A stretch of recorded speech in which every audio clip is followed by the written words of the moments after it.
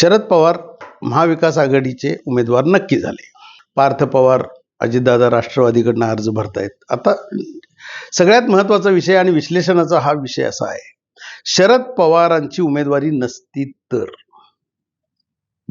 हाच विषय महत्त्वाचा आहे. का तर घोडे बाजार किती झाला असता, कोट्यवधीचा घोडे बाजार टाळण्यासाठी मग एनडीए आणि इंडिया आघाडी एकत्र आले का, असंच म्हणावं लागेल.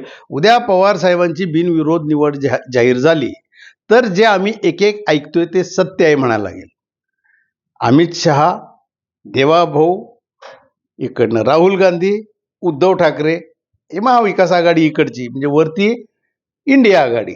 मग हे सगळे एकत्र आले का भीती होती राहुल गांधींना, उद्धव ठाकरेंना? पवार साहेब नसते तर काय झालं असतं?